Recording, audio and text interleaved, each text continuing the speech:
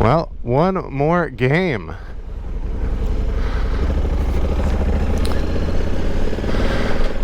Can't believe it's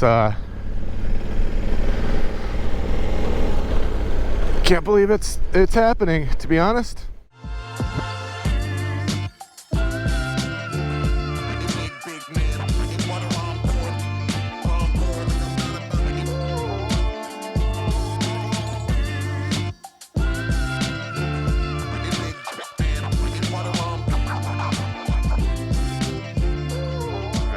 Everybody, we're in Denver, and I am headed home. So we have one game left. That's the Mariners game.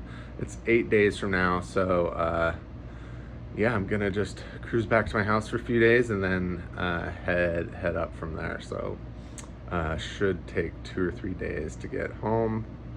But yeah, I'm excited. So yeah, I guess let's get on the road. It's a little bit after 6, and we got some miles to make. Okay, we got our quick breakfast in, all checked out and packed up, and we are on our way to Utah. I think this is going to be one of our more scenic days of the trip. At least I'm hoping so. We're going to go up through kind of like the Vale area, and then into Utah. We're gonna end up in Heber for the night, hopefully, which is just east of Salt Lake City. So yeah, we have about 1,400 miles to go to get home, 13 something, and I'm really hoping we can do that in 2 days.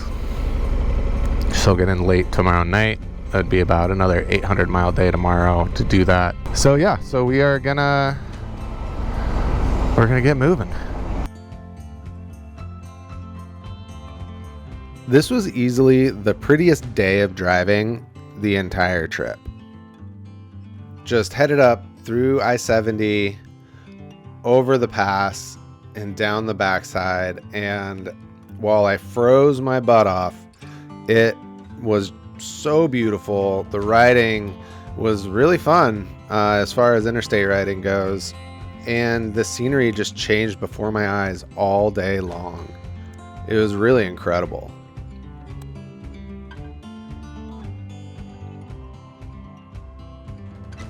Well, we're near Vernal, I think.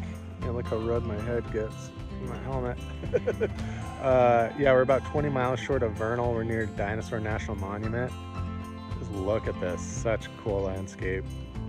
Stop to this viewpoint real quick, just take a look, and yeah, let's get back on the road here. Man, just blue sky, cool desert, very nice.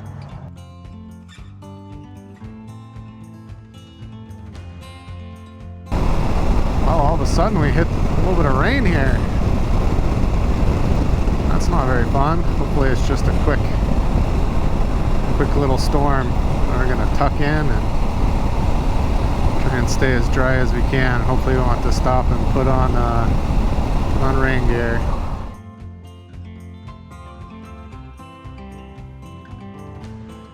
Luckily the rain was short-lived, and after 10 minutes it cleared up, and I just started drying off on the bike.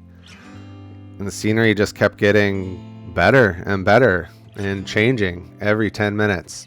Just such a cool part of the country, such a perfect day to be doing this ride. And overall, the miles on this day was really, really easy. Kind of rolled in early afternoon into Heber City, Utah, and settled in for the night. Hey, good morning, everybody. From Heber City, Utah. It is 6:20 a.m. and we are headed hopefully to Portland today. We can be home. We'll see If we can make it, it's 817 miles. But that's the goal. It'll be a long day. It would be really nice to get home tonight. Man, it's just so pretty out here. Every time I come out here, these views, the sunrises are just amazing. So I caught just an amazing morning once again and headed from Heber down into Salt Lake City, Utah. This was by far the best part of the ride the entire day. If you can catch Parley's Canyon here on I-80 early in the morning like this with no traffic, it is some really fun and really spirited riding. Maybe a little more fun uphill, but we did okay coming downhill ourselves. And, you know, I wasn't going to take anything for granted, but I was going to do everything in my power to make sure I could make the 800 plus miles in to Portland in one day. I was ready to get home. I knew I could do the mileage because I did more miles than that just a few days before, and I was feeling good. I crossed into Idaho and it was only like 8 a.m. so making super good time, and that was unfortunately where the good riding for me ended for the day, and now I just had to sit back and make a ton of miles. All right, we are in Boise, stopped for some gas and a quick bite to eat. We are 424 miles away. So we're about 390 miles in, just a little under halfway. And it's 12:05, so we're making pretty decent time. All right, we are leaving Idaho and into Oregon. In case you were worried, no, we did not break our streak of having it be over 100 degrees every time we rode more than 500 miles on this trip. So it was a really fitting way to bring home this last long ride. And yes, I did figure out this little trick with my jacket on the last day that I could help keep the vents open and make myself a lot cooler. So, you know, we're always trying to improve ourselves around here. All right, we're about an hour out right now.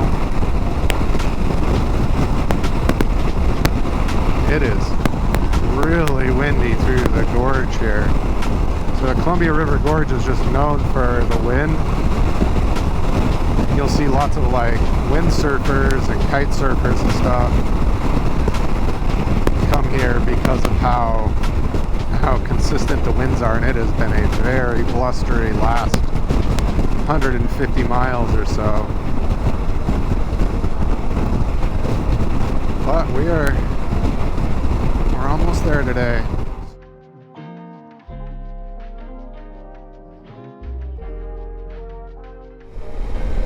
Well, we are just a couple minutes from my house. Whew, what a long day, but I'm so excited to be back. Another 800-mile day. We left at 6:15.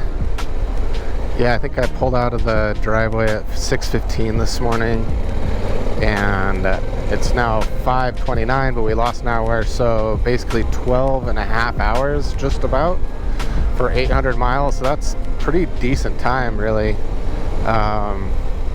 Yeah, just can't wait to see my wife, see my dog, hang out for a few days, and then we'll be taking the short little jaunt up to Seattle to wrap this baby up. So yeah, a couple days off, and then we'll be right back on the bike again. So stay tuned for that. Just like that, I was home.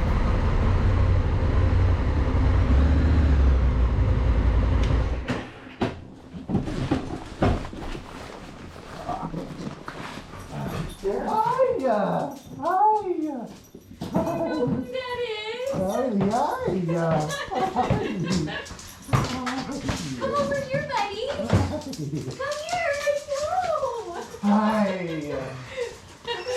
Get that helmet off. Hi. Hi. Yeah. Oh, hi. You know who it is now. I know. I probably smell pretty bad. Hi, Charlie. Charlie. Oh. then I was just waiting for the All-Star break to get over and for games to start back up again. So I just spent, I don't know, 5 or 6 days hanging out at the house with the wife and the dog.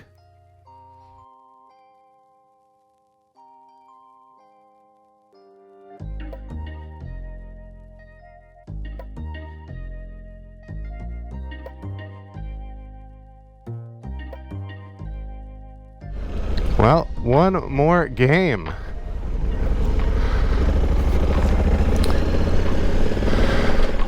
Can't believe it's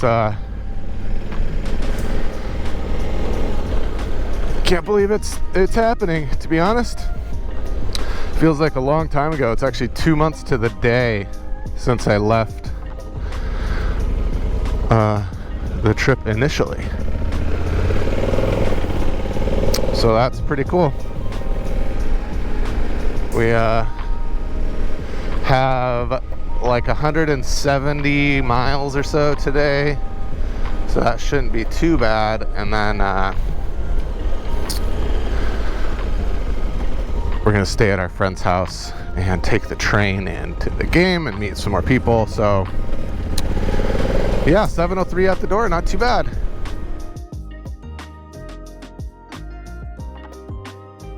In a lot of ways, this ride had turned into kind of an afterthought for me, coming after, you know, a little bit of a break. And I dressed so inappropriately for this ride. I froze. So luckily, it was just an easy shot up I-5 from Portland to Seattle, a couple hours. But it was a little bit miserable. Soon enough, though, I made it into my friend's neighborhood, and we loaded up into a cab and headed down to Seattle for the game. You can see T-Moible Park there coming up through the city. It is in the heart of Seattle, and it is one of these purpose-built retractable roof stadiums. And I've been here probably more than any other park, to be honest. Today was special though, because we had a whole crew with us. Someone made t-shirts. It was, you know, kind of a party, and we caught some perfect weather for baseball. And T-Moible Park is just a great place to watch a game. Good weather usually during the summer, but the roof means there's no rainouts. And yeah, nothing bad to say about this place at all. You get these beautiful views of Seattle. And the stadium was hopping. It was the first weekend out of the All-Star break. The Mariners were on like a 15-game winning streak, and the Astros were in town. So just a perfect way to wrap up this trip. So you know what they say, the trip isn't over until you're back in the garage. And so after a quick breakfast at a brunch spot that was aptly motorcycle themed, it was time to do one last ride home. And it really wasn't much to this, just shooting down I-5 from Seattle back to Portland. But I was trying to kind of soak up every last mile, every last gas stop. And right here, our very final state line crossing back into Oregon.